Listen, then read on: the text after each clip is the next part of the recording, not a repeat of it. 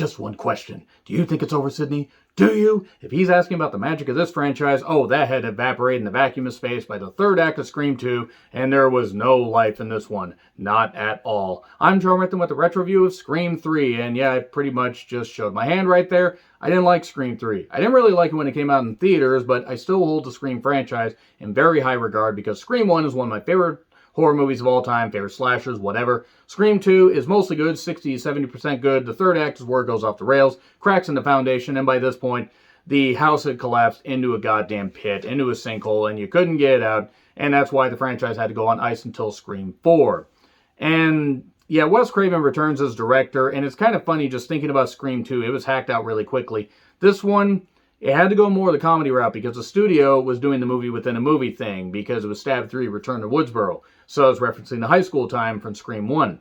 The problem is this was in the immediate aftermath of the Columbine tragedy, which is absolutely horrifying. I was in school at the time. I was like, holy shit, that can actually happen. That was just very, very terrifying. The studio was leery about having high school themes and violence tied together. Makes sense. Wes Craven's pushback, though, was we can tone down the blood, but we can't, we have to have some blood. It is a Scream movie. It's a slasher movie. So they relented as more time went on, but this was much more comedic. And unfortunately, to its detriment. Now, I can't say that having a dark comedy slasher is the worst thing in the world, but while Scream 2 felt very hacked out, there was still some magic left. This just felt like a bunch of characters in the movie within a movie thing, Stab 3, characters playing characters that they meet in real life that we're watching on a movie screen. The whole point is it really starts to wear thin halfway through, and the revelation of who the killer, who the ultimate, the surprise killer was, who the person was that had this ultimate idea to get at Sydney. It was really lame. It was really lame, and you could kind of tell that Kevin Williamson had just vanished from production. He wrote an outline but couldn't return. I think he had other commitments. And Aaron Kruger, who wrote Arlington Road, The Ring, and various other movies, was brought in and basically didn't give a shit about tradition at all and just hacked this out. And I'm not saying the guy can't write. He can. He has done good scripts in the past. This just wasn't one of them. Now, maybe he was just told, hack this movie out, we got to get it made really quickly and just make it as stupid as possible. Maybe that's it, or maybe he didn't give a shit. Who knows? Characters return like Sydney, Gale, and Dewey, Nev Campbell, Courtney Cox, David Arquette. Cotton Weary, Lee Schreiber returns. He doesn't last very long. New characters, Mark Kincaid, Detective Kincaid, Patrick Dempsey, who's had a lengthy career. And then Roman, Scott Foley, and I believe his his main role debut. I think he might have done cameo stuff otherwise. John Milton, Lance Henriksen, who's been in a lot of really stupid monster movies since and before. Pumpkinhead, anybody? Stephen Patrick Warburton. He plays bodyguard of Jennifer, played by Parker Posey. And then there's other, bit players. Jenny McCarthy, before she went absolutely insane. And you know what I mean. Emily Mortimer, who's a goddamn immortal because she looks fucking gorgeous. She looked gorgeous in this and looks gorgeous now. Jay and Silent Bob, so Kevin Smith. And then Jay, which is must have been really hard for him to remember. And Jamie Kennedy in a video role, literally. And then Heather Montarazzo, who was in Welcome to the Dollhouse. She plays Randy's sister. Carrie Fisher, Roger Corman, who I thought was dead, and I'm not knocking him, but I thought Roger Corman died years ago. He is 95 years old. Good on him. Schlock horror director, schlock sci-fi director, but you know what? He did a lot of movies.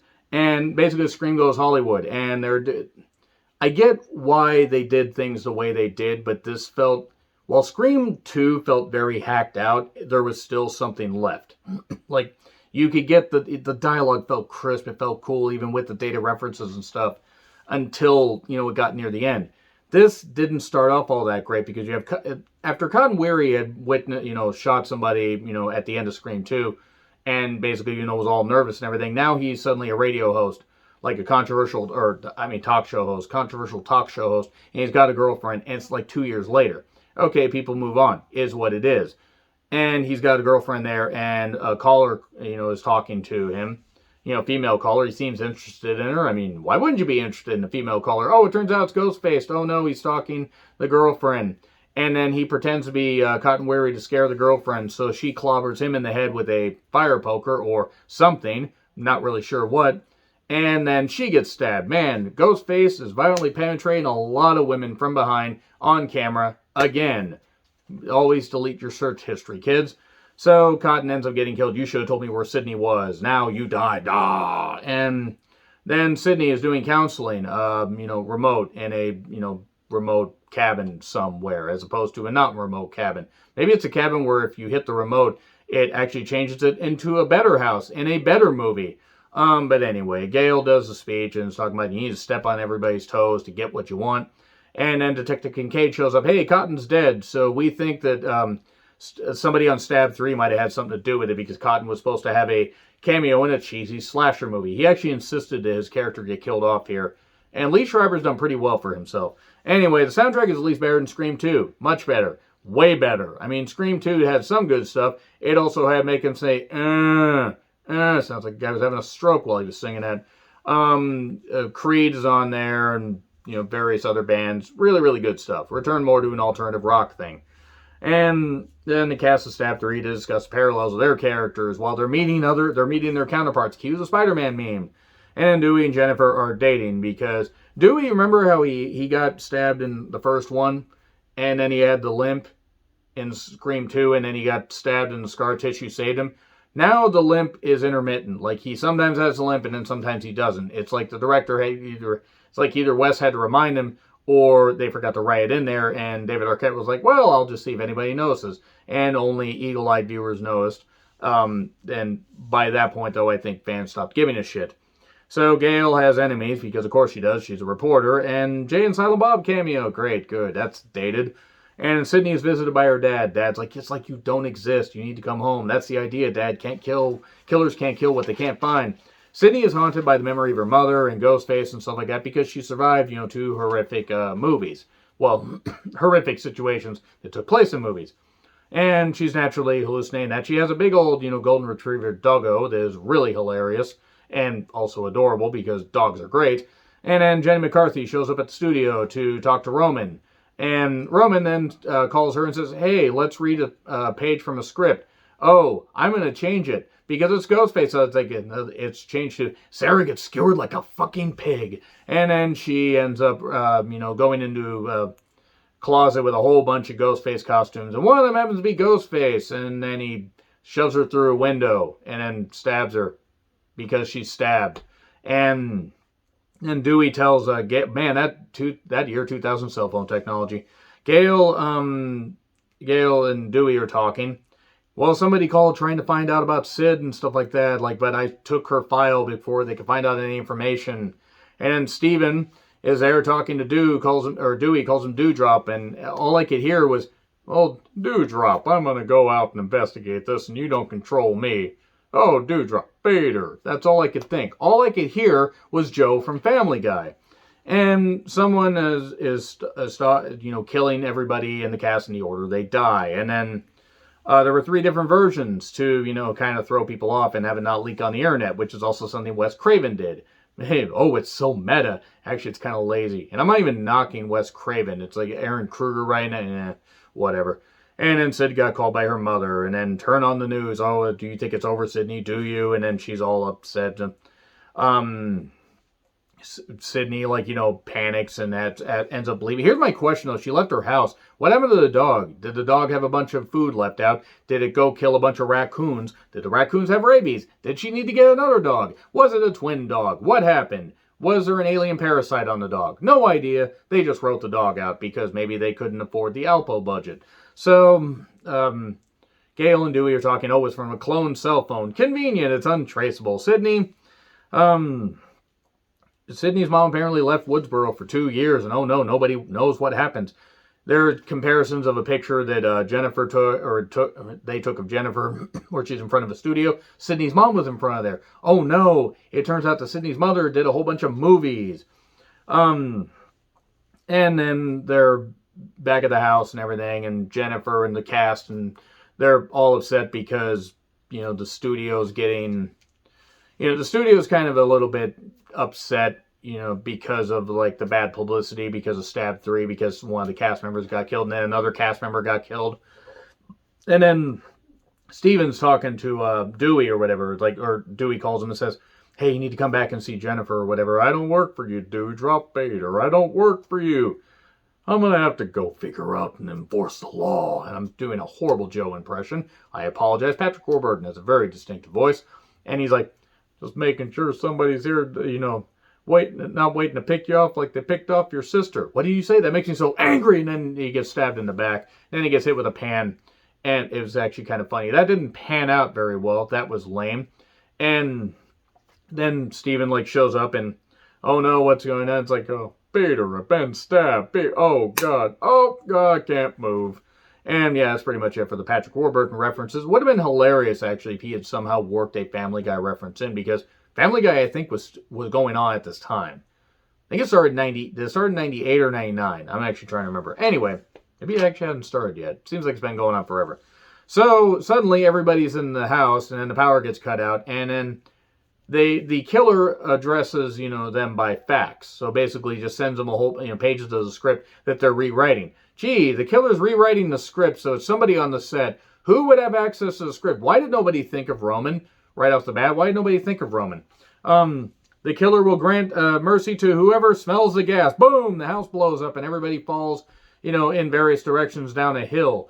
And then Gale almost gets stabbed, and Dewey shoots him, and Ghostface like falls over and everything, but it turns out it's a bulletproof vest. You could totally tell it's a bulletproof vest. That's the thing. Dewey's like, I'm sure I got him.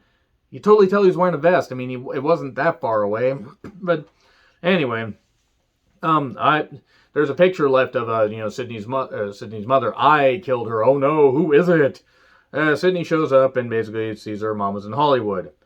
Then they go to the set. Randy's sister shows up. Don't shoot, I'm only 17. Velveteen Dream has entered the chat. Half of British Wrestling has entered the chat. Oh, did I hit a nerve? Don't do that, kids. Don't do that. Don't talk to adults like that. If you are under the age of 18, seriously, why are you trying to talk to wrestlers? And more importantly, why is anybody that's over, like, say, I don't know, the age of 18 talking to anybody in that way to somebody that's seriously, don't talk to somebody under 18 that way. What the fuck? Anyway, Randy's sister, here's Randy's home movie. If it's a sequel, then the same rules apply. But if it's a trilogy, if you find yourself dealing with an unexpected backstory and a lot of exposition, well, it's going back to the beginning to unearth something that was never true to begin with. You're going to have a killer superhuman. Stabbing him won't work. Shooting him won't work. Basically, you're going to have to cryogenically freeze his head, decapitate him, or blow him up. And then anyone, including the main character, can die. It could be fucking Reservoir Dogs by the end of this. And the past will come back to bite you in the ass. Whatever you know about the past, forget it. The past isn't at rest. And then Gale on Gale action. We're about to get Galeception here with Courtney Cox and Parker Posey going on the investigation. Carrie Fisher is here, being her usual funny self. Rest in peace, Carrie Fisher. Referencing, I'm not Princess Leia without saying it. Nope, it was the one that slept with George Lucas. And then Sid's mom was Rena Reynolds. And then it all goes back to Milton. Creepy Lance Henriksen. And so, yeah, they try to call backs when Sydney's in the bathroom and then Angelina's there. Emily Mortimer's character, who's playing Sydney. It's like, I just stole some stuff or whatever. And then Sid gets on the Woodsboro set. Then we get a whole bunch of flashbacks and other stuff. And then the killer tries to get her. And that doesn't work. And they believe that she saw something. But also there are people that don't, because maybe she's hallucinating. Maybe it's all in her head. That would have been an interesting way to go about it. They didn't do it. Roman's upset at Milton and says, Variety called me a pariah. I don't even know what a pariah is. And upset about his movie being shut down. And actually said he had to make a slasher movie to make something really good, which actually was a reference to Wes Craven directing Music of the Heart. Is that it? It was a weird movie. Milton, of course, knew her. Parties where girls slept with guys who got them parts. And if you can't take the heat, stay out of the kitchen. And he had a lot of cliches. It's do or die in Hollywood. And then talk with the detective. And she, talking to the detective like, you knew, what do you think? What do you think about what's going on with my mom or whatever, and all this stuff? And hey, detective, what's your favorite scary movie? My life, mine too. And they had that nice discussion there. There was actually some good stuff there. Man, Patrick Dempsey's character got really close to Neve Campbell. Granted, Neve Campbell's beautiful, but still, for the character, that wasn't exactly the good thing. Then Sid calls to get Gale and Dewey at Roman's party at Milton's house. Man, there's a lot of people having parties at various other people's houses. Oh no, he's got our voices, they find out. Gee, pretends to be shocked. And then everybody gets separated because you got to keep them separated. And then Roman is down in the basement and basically apparently has slept with Jennifer, because everybody's sleeping with everybody in this movie. And he ends up dead in a casket. Oh no, it could be possibly a dummy. It could be a dummy, you big damn dummy. And Angelina is everybody's all panicking, everything. Everybody's trying to leave. Angelina's like, I did not just fuck that pig Milton to get a part in a movie where I'm going to die next to two second-rate celebrities like you. And then she gets killed and offed. And a lot of this violence happens where it's like people get stabbed, but you don't really see anything. So why not just make the violence off screen? And it was actually kind of funny. I mean, there's a secret passageway because Roman had talked about Milton having I think it was Roman, and I think a couple other people might talk about like a secret, film room where Milton had his parties, like the ones where Sydney's mother got fucked 6 ways from Sunday. Oh, wait, that's another reference to a line later. And then the killer starts picking more people off. Jennifer's in the freaking secret passageway. Gail tumbles down the stairs. Dewey, it's me. Well, it's like, wait, how do I know it's you and not the killer? Well, it's really me. Open the door. Don't you think that's what the killer would say? And then, well, Dewey's at the top, and the killer, wakes up and basically knocks Gail down, and he runs out of bullets. Instead of, I don't know, throwing something else out, he throws the knife, which conveniently hits handle first, right here, and knocks him down the steps. It was at that point where I was like, okay, yeah, I had kind of given up on the movie at that point, but I was like, oh, that's ridiculous. The killer has Gail and Dewey. Don't you want to know who killed her? And talking about, talking to Sydney and everything. Well, you got to come here. And then she steals a cop's gun and car, but since she's Caucasian, she won't even be charged. And it's like, it's your turn to, it's your turn to, be targeted, Sydney, or whatever. It's like, scan, or she scans for all of her, she scans her body and everything, and has the Greek lettering from when Jerry O'Connell's character gave her those in Scream 2, but she has a gun, but then it turns out she had another gun, like that was stored where, the necklace was, or somewhere where the metal detector wouldn't, be able to find it. And then she tries to free Dewey and Gail, and then ends up, saying, it's your turn to scream, asshole, shoots him, and obviously bulletproof vest. And Kincaid is here, then he gets stabbed. Man, a lot of stabbing going on here in a movie called Scream 3, so of course there would be stabbing. More than 3 stabbings. So anyway, they're in the studio, and footage of Maureen, I was so pretty, this voice and everything. Roman talking about, like, I had a mother, a mother named Rena Reynolds or whatever, but then, I showed up on her doorstep, this kind of stuff. Was like, she rejected me, her own son, and it was Roman. This is where the movie officially lost me. It's not that I had a problem with them trying to have, she had a son, while she was in Hollywood, because she unfortunately, was in that party that, that she didn't want to be part of. But here's my issue. Why in the world did they try to make it like Roman, this guy had this big master plan? Here's my problem with it. This guy doesn't look like he could get out of a parking space without help. And I'm not talking about Scott Foley. I'm talking about the character. It doesn't seem like he was very good. I'm a movie maker, Sid. I make movies.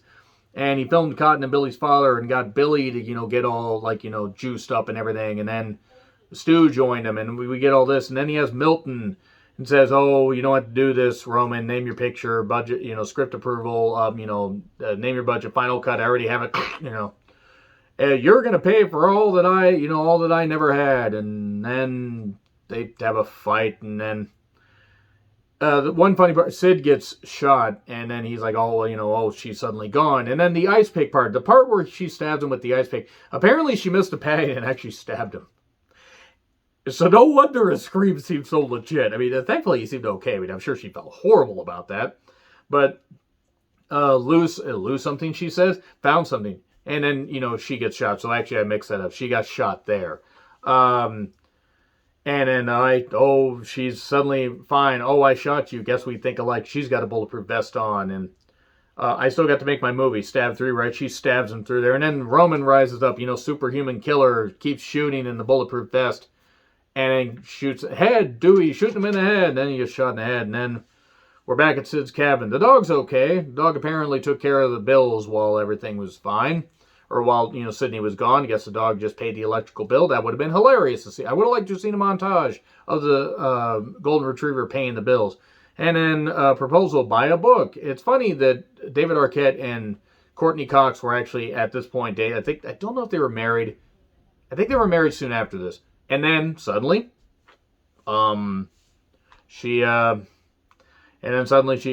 agrees. Sydney's there. It's like, Sydney, we're about to watch a movie. And we're about what kind of movie you have to come see? And then the door opens suddenly, and she's like, yeah, sure, I'll be right there. And then Creed's Is This the End? Over the end credits. And man, I love that song, but boy, I almost kind of wish this was the end. Scream 4 was a return to form, but Scream 3, it felt lifeless. It felt really lifeless. Ironically, about a movie about a guy killing people. But yeah, this wasn't very good. What are your thoughts on Scream 3 in the comments? Like, share, subscribe, Twitter handle in the description. I'm John Ritlin. I'll see you soon.